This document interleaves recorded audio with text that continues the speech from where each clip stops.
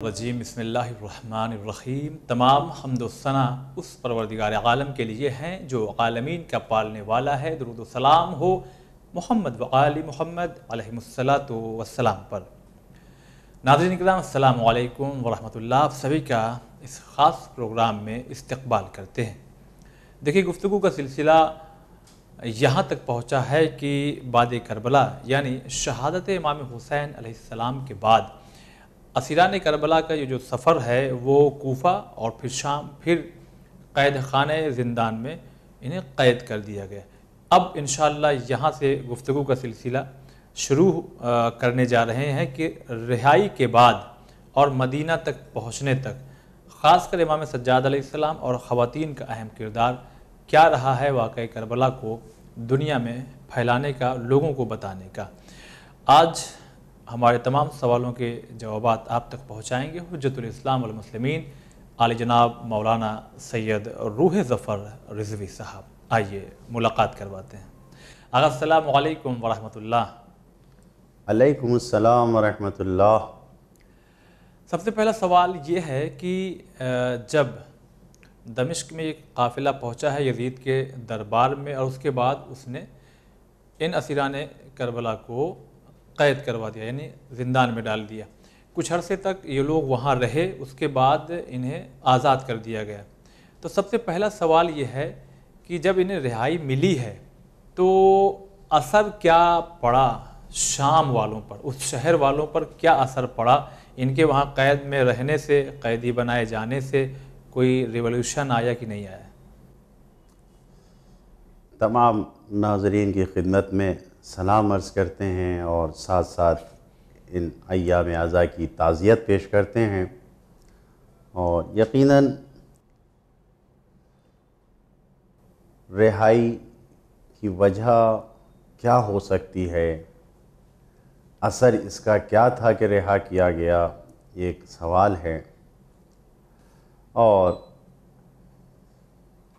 اہل بیت اطہار علیہم السلام سے محبت کرنے والے اور غم حسین سے عشق کرنے والے ان سوالوں کے جواب کو خود تلاش کر لیتے ہیں، لیکن ہم اس وقت ایسے پلیٹ فارم پر بیٹھے ہوئے ہیں اور اس جگہ سے ہمارا پیغام جا رہا ہے جو کروڑوں کی تعداد میں انسانیت سے دوستی رکھنے والے اور حسینیت سے محبت کرنے والے اس پروگرام کو دیکھ رہے ہیں، اور ہو سکتا ہے کہ یہ سوال ان کے ذہن میں آئے اور ان کو کوئی ذریعہ نہ ملے کہ وہ جواب تلاش کر پائیں۔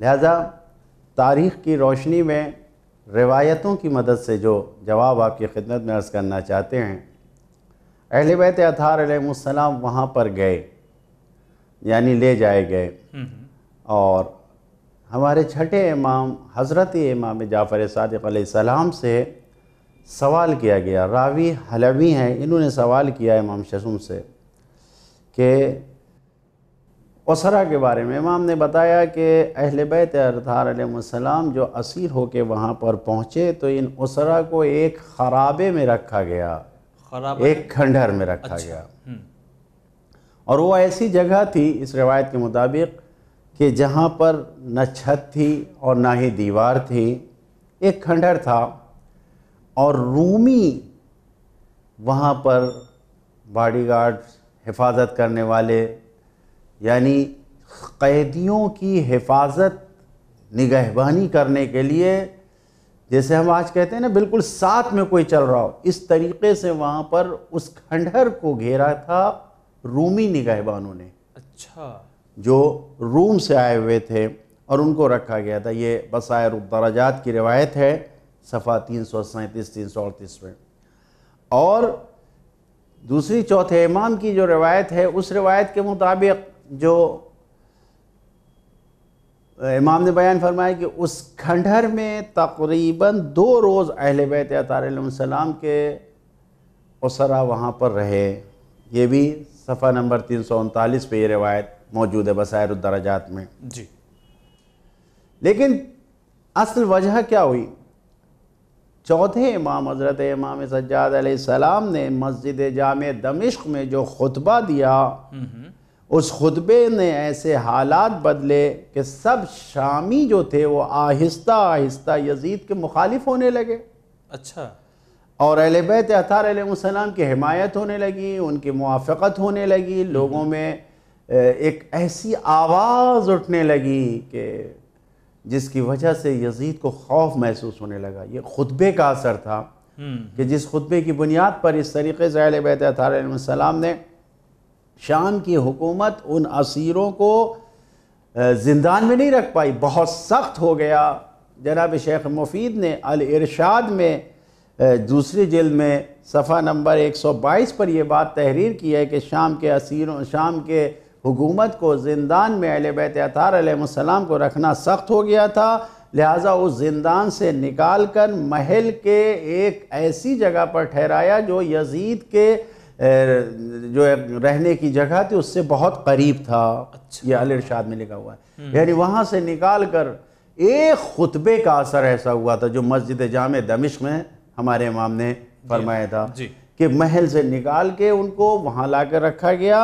اور پھر اس کے بعد خود مولا علی ابن الحسین علیہ السلام کو بھی جہاں خواتین کو رکھا گیا تھا اسی جگہ عورتوں کو بھی, عورتوں کے ساتھ مولا کو بھی رکھا گیا, اور یہ گھر یزید کے محل سے بالکل ملا ہوا تھا. خود شیخ مفید نے لکھا اقاموا ایامن, کچھ دن وہاں پر اہل بیت اطہار علیہ السلام ٹھہرے تھے. لہذا ان دونوں روایتوں میں, ارشاد کی بھی اور بصائر الدرجات کی روایتوں کے مطابق اگر دیکھا جائے کہ شیخ مفید کے دونوں روایتوں کے شیخ مفید کے بیان سے بھی یہ نتیجہ نکلتا ہے کہ یزید نے اہل بیت اطہار علیہ السلام پہ رحم نہیں کھایا تھا کہ ان کے اوپر رحم کرتے ہوئے انہیں مثلا خرابے اس کھنڈر سے نکال کے اپنے محل کے گھر کے بغل میں ایسی جگہ پہ رکھ دیا ہو, ایسا نہیں تھا. انہیں رہائی نہیں دیا تھا اس نے, بلکہ جناب سید سجاد کی تقریر کا اثر ایسا ہوا تھا کہ اس تقریر کی, یعنی خود شہزادی زینب کے بیانات کی وجہ سے ایک ایسا اثر ہوا, ایسا انقلاب برپا ہوا جس کی وجہ سے یزید کو مجبور ہو کر رہا کرنا پڑا اور اپنے محل کے بغل میں لا کے رکھنا پڑا.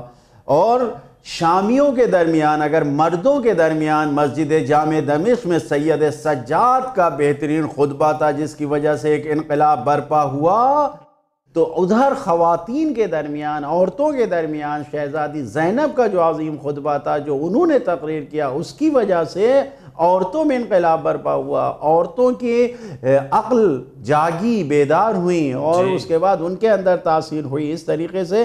اچھا, کیونکہ یزید کے محل کے قریب تھا تو گھر میں جو گھر دیا گیا تھا وہ اسیروں کو اس جگہ پہ رکھا گیا تھا, تو خود ابو سفیان کے گھر کی جو عورتیں تھیں وہ وہاں پر آئی ہیں, یعنی معاویہ کے گھر کی عورتیں وہاں پر آئی ہیں, اور عورتوں نے بھی جو مجلس وہاں پر برپا ہوئی ہے اس مجلسوں میں شرکت کیا ہے جو محل کے قریب تھا. اچھا. ہاں, تقریباً روایتوں کے مطابق 7 دن مجلسیں ہوئی ہیں اور 3 دن تک برابر ان عورتوں نے اس میں شرکت کیا ہے. 7 دن مجلسیں ہوئی ہیں اور معاویہ کے گھرانے کی عورتوں نے 3 دن تک مجلس میں شرکت کیا ہے. عماد الدین طبری نے کامل بہائی جو کتاب ہے اس میں یہ بات لکھا ہے, انہوں نے صفحہ نمبر 302 پر لکھتے ہیں کہ 7 دن اہل بیت اطہار علیہ السلام نے عزاداری کیا ہے, اور تحریر فرماتے ہیں صفحہ نمبر 405 پر اسی کے لکھتے ہیں کہ ابو سفیان یعنی معاویہ کے گھرانے کی عورتیں 3 دن تک اسی مجلسوں میں شریک ہوتی رہی ہیں. اچھا. یقیناً اہل بیت کے گھرانے کی خواتین کے بیانات ایسے تھے کہ جس کی وجہ سے معاویہ کے گھرانے کی عورتوں نے حقیقت کو سمجھا, لہٰذا 5ویں دن سے وہ برداشت نہ کر پائیں, وہ بھی آ کے 5ویں دن, 6ٹھے دن, 7ویں دن اس عزاداری میں شریک ہوتی رہیں. تو یقیناً شام کے قید اور اسیری کے دوران کربلا والوں کی مصیبتوں کو اس طرح سے بیان کیا گیا کہ شہادت حسینی صرف زندہ ہی نہیں ہوئی بلکہ جو مقصد حسین علیہ السلام تھا وہ بھی زندہ ہوا. اور پھر بنی امیہ کے مرکز میں اہل بیت اطہار علیہ السلام نے دین کے تبلیغ کا جو کام کیا ہے, تبلیغ دین کو پھیلانے کے لیے جو ذمہ داریوں کا انجام دیا ہے, اس برحق تبلیغ کا نمونہ کبھی سفیر روم کی شہادت کی صورت میں سامنے آیا ہے جب اس نے اعتراض کیا, اور کبھی اس شامی کی اہل بیت سے محبت کے طور پر سامنے آئی ہے کہ جس نے قرآن کی آیتوں کو سنا اور اس نے اپنی محبت کا اظہار کیا ہے. لہذا یہ تبدیلیاں جو آئی ہیں وہ اہل بیت کے بیانات کی وجہ سے. تو رہائی کیوں ملی ہے؟ یزید نے رحم کھا کے رہائی نہیں دیا ہے، مجبور ہو کے لوگوں کے دباؤ اور ادھر اہل بیت اطہار علیہ السلام کی صحیح تعلیم، یہ دونوں سبب بن گئے کہ ان کو رہائی ملی اور انہیں رہا کرنا پڑا یزید کو. بہت شکریہ ادا کرتے ہیں آقا، بڑی باریکیاں تھیں جن پر آپ نے روشنی ڈالی ہے. اچھا، آپ نے ہی اس میں عیا کر دیا کہ یزید نے مجبور ہو کر کے رہا کیا، اور امام کے جو خطبے تھے شہزادی جناب زینب سلام اللہ علیہ کے. اچھا، اب جب رہائی مل گئی ہے تو اب ظاہر سی بات ہے، مشن تو ہے امام حسین علیہ السلام کا ذہنوں میں جو اسیران کربلا ہے. تو جب رہائی ملی ہے قید سے، تو اب اس مشن کو مد نظر رکھتے ہوئے پہلا قدم کیا رہا؟ کون سا یعنی کسی امور کو انجام دیا ان لوگوں نے؟ رہائی کے بعد جو امور انجام دیے ہیں اس میں سب سے اہم امر، جو سب سے اہم کام انجام دیا گیا ہے وہ یزید کے گھر میں مجلس حسینی کا برپا کرنا.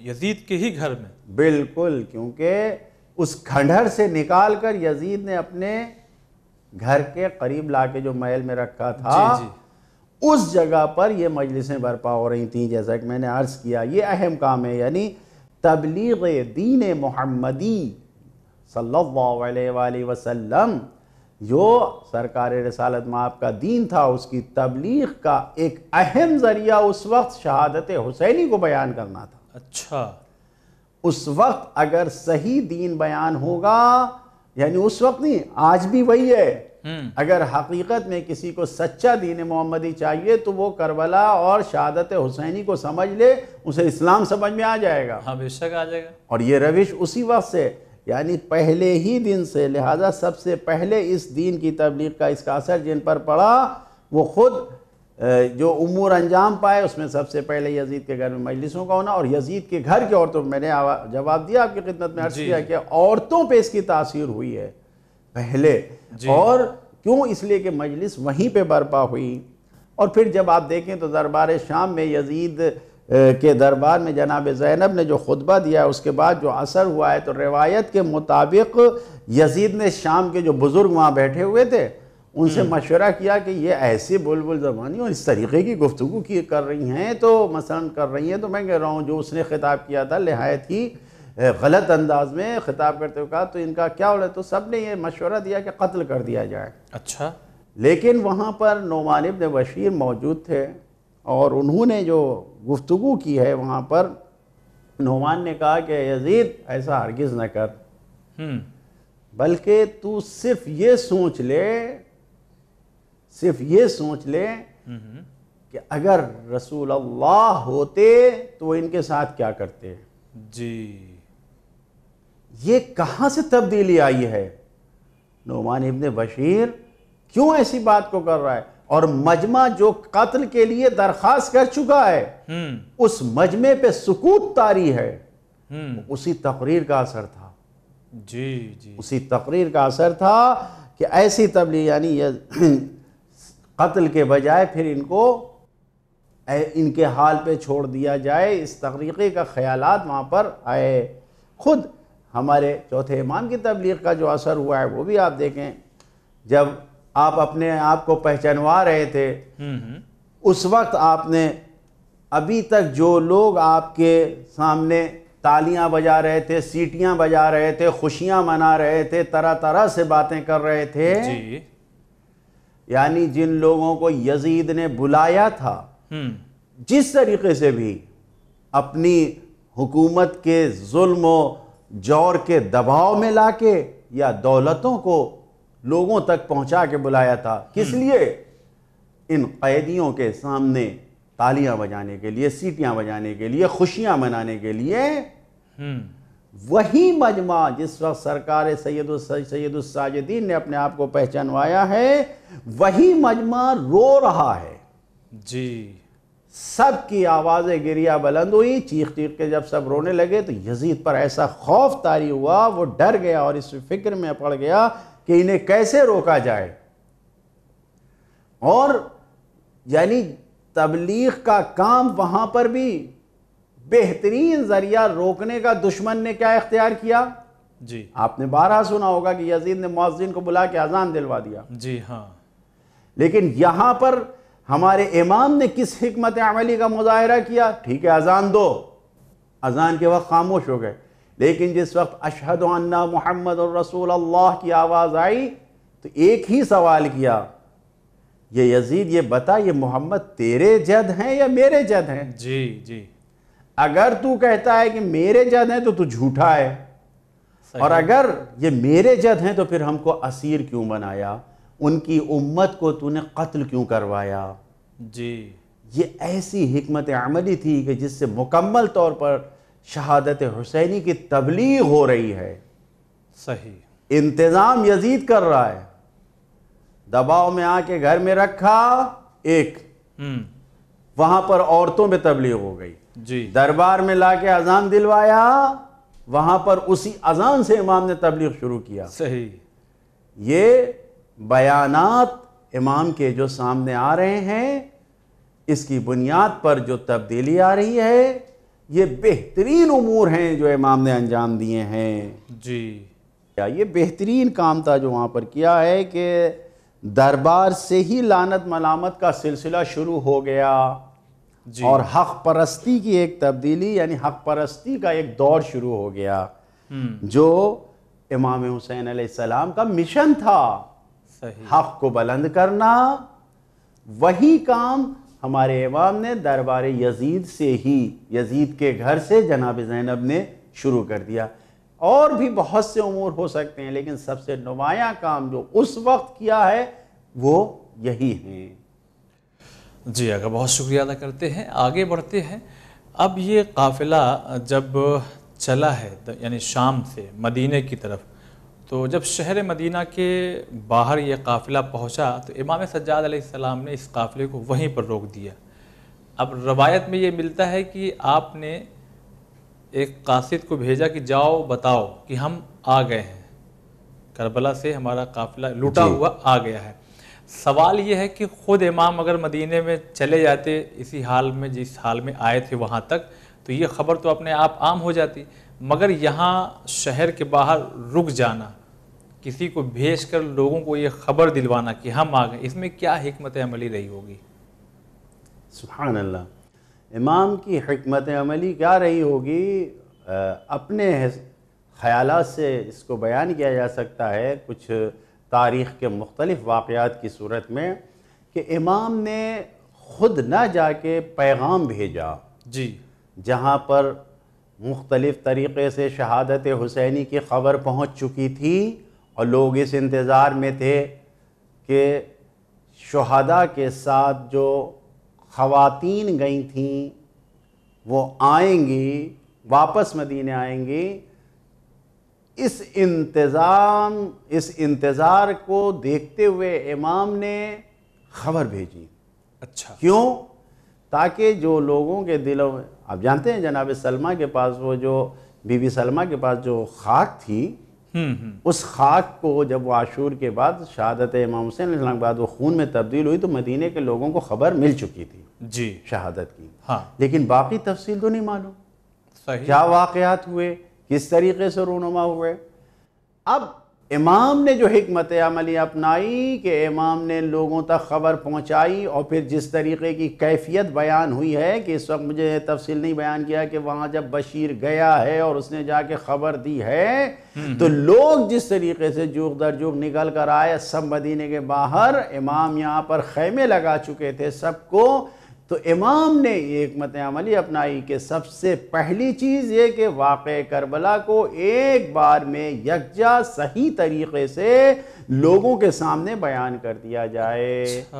جی. تاکہ خود راوی امام ہے، بیان کرنے والے اب وہ ہے جس نے سب دیکھا ہے، پورے واقعات کو، کربلا کے واقعات کو، کربلا کے بعد سے قید کے واقعات کو لوگوں کے سامنے ایک بار میں بیان کر دیا جائے، سب تک خبر پہنچ جائے۔ اور یہی ہوا، مدینے میں کوئی بچا نہیں تھا سوائے معذور و مجبور کے، باقی سب چلے آئے تھے اور سب نے آ کے امام کی گفتگو کو سنا ہے۔ وہاں پر امام کی یہ حکمت عملی تھی کہ پہلے حکمت عملی یعنی پہلی چیز یہ تھی کہ جو امام واقعات کو وہاں پر پہنچائیں۔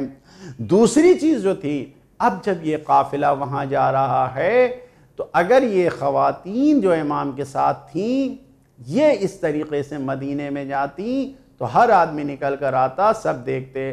امام نے خیمہ لگایا مدینے کے باہر، خواتین خیمے کے اندر ہیں، مرد خیمے کے باہر ہیں۔